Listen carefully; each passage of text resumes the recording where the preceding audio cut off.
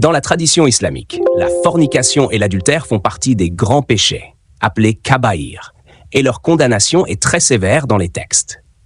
Mais ce qui surprend et parfois choque ou intrigue les observateurs modernes, c'est que pour qu'une condamnation légale soit appliquée selon la charia traditionnelle, il faut réunir une condition extrêmement stricte. 4 témoins oculaires, dignes de confiance, qui voient en même temps l'acte sexuel en cours de manière explicite, au point de pouvoir attester qu'il y a eu pénétration et non pas simplement une proximité physique ambiguë.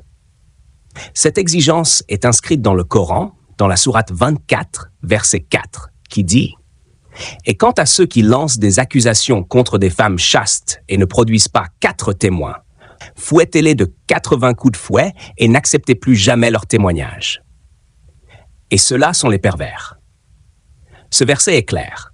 Non seulement il faut 4 témoins pour prouver l'accusation, mais en l'absence de ces témoins, celui qui accuse s'expose à une lourde peine pour diffamation, appelée qatf.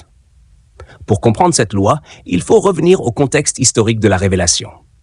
L'Arabie pré-islamique était une société tribale où les accusations d'infidélité pouvaient déclencher des guerres entre clans. La réputation d'une femme ou d'un homme pouvait être détruite par une simple rumeur. La révélation coranique est venue encadrer strictement ces accusations pour empêcher l'injustice et la calomnie. Cette exigence de 4 témoins n'était donc pas seulement une condition juridique, mais aussi un bouclier contre la diffamation. En pratique, elle rendait les condamnations presque impossibles, sauf si l'acte était commis dans une totale impudence, en public ou dans des circonstances extrêmes. Les savants musulmans ont toujours interprété cette règle comme un moyen de protéger l'honneur et la vie privée.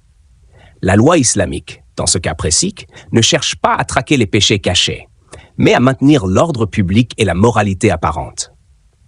Le Coran condamne moralement la fornication, mais juridiquement, il met des barrières qui découragent toute intrusion inutile dans la vie privée.